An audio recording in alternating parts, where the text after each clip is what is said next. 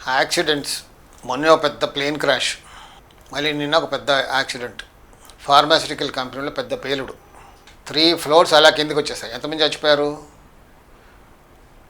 News ప్రకారంగా 15 members. ఎంతమంది చనిపోయారు ఇంకా ఎక్కువ ఉంటారు.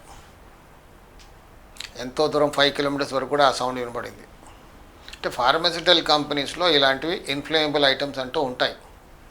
పెద్ద కంపెనీ, ఎంతమంది చనిపోయారు పాపం? అందరు పాపం వర్కర్స్. కంపెనీ ఇన్సూర్డ్ అయి ఉంటుంది, డబ్బులు వస్తాయి. వర్కర్స్కి ఏంటో ఏదో ఇచ్చేస్తారు. ఎంతమంది లైఫ్స్ పోయాయి, ఎంతమంది ఫ్యామిలీస్ ఇదైపోయారు. ఇలా యాక్సిడెంట్ జరుగుతూనే ఉంటాయి. మొన్న ప్లేన్ క్రాష్, ఈరోజు ఇది. ప్రతిరోజు ఎక్కడో ఇండియాలో బయట ఎక్కడో ఒక దగ్గర యాక్సిడెంట్ జరుగుతూనే ఉంటాయి.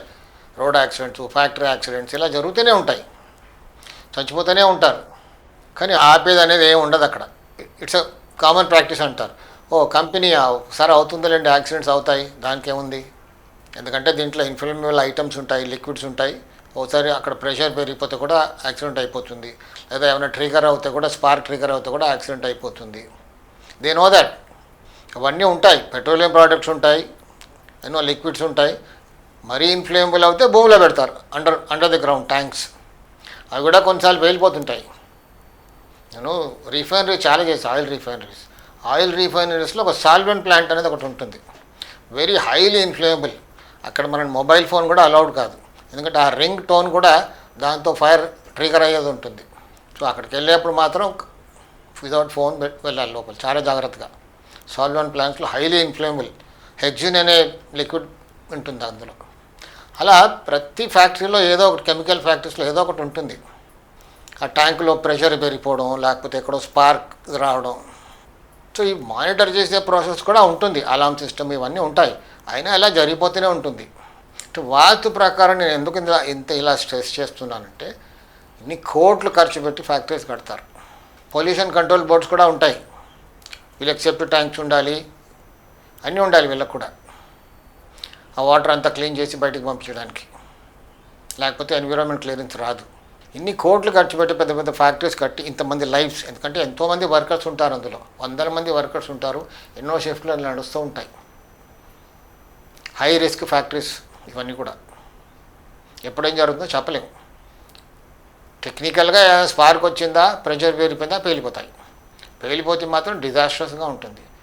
మొత్తంగా అందరికీ తెలుసు అది. టెక్నికల్గా మానిటర్ కూడా చేస్తూ ఉంటారు. అయినా ఇలాంటివి జరుగుతూ ఉంటాయి. కోట్లు పెట్టి ఖర్చు పెట్టినప్పుడు కొంచెం వాస్తు ఫాలో అయ్యి, ఆగ్నేయం వాయవ్యం ఎక్స్టెన్షన్ లేకుండా, అంటే ఈశాన్యం నైరుతి తరిగిపోయి వాయవ్యం ఆగ్నేయం పెరిగిపోతే ఇలాంటి అగ్ని ప్రమాదాలు.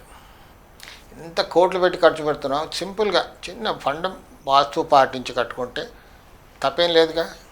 ఇంతమంది లైఫ్ కాపాడిన వాళ్ళు అవుతారు కదా. వాస్తు ఫాలో అవ్వమంటే బంగారు ఇటుకలతో ఫ్యాక్టరీ కట్టమనట్లే. చిన్న చిన్న మెజర్స్ ఇలాంటివి. ప్లాట్ని కరెక్ట్గా పెట్టుకోవడం, ఆ ప్లాంట్లో ఇలాంటి దోషాలు లేకుండా చూసుకోవడం, వాయువు ఆగ్నేయంలో దోషాలు లేకుండా, ఈశాన్య నైరుతిలో దోషాలు లేకుండా, ఫ్లోర్ లెవెల్స్ కరెక్ట్గా మెయింటైన్ చేసుకొని, ఎక్కడ లో లెవెల్ ఉండాలి, ఎక్కడ హైట్ ఉండాలి, వెరీ సింపుల్. ఎలాగో ఒక ఆర్కిటెక్ట్, స్ట్రక్చరల్ ఇంజనీర్ ఇవన్నీ ప్లాన్ చేస్తారు. చిన్నగా కొంచెం వాస్తు పాటించి మ్యాథమెటికల్గా కరెక్ట్గా చేసుకోమంటున్నాం. స్క్వేర్గా ఈశాన్యం పెరిగేలాగా ఫ్లోర్ లెవెల్స్ మెయింటైన్ చేసుకోమంటున్నాం. పాటిస్తే పోయేదేం లేదుగా, ఎంతోమంది లైఫ్లు కాపాడిన వాళ్ళం అవుతాం కదా. కాబట్టి నా రిక్వెస్ట్ ఏంటంటే, ఫ్యాక్టరీస్లో కొంచెం వాస్తు ప్రకారంగా చేసుకుంటే ఇలాంటి లాసెస్ ఉండవు.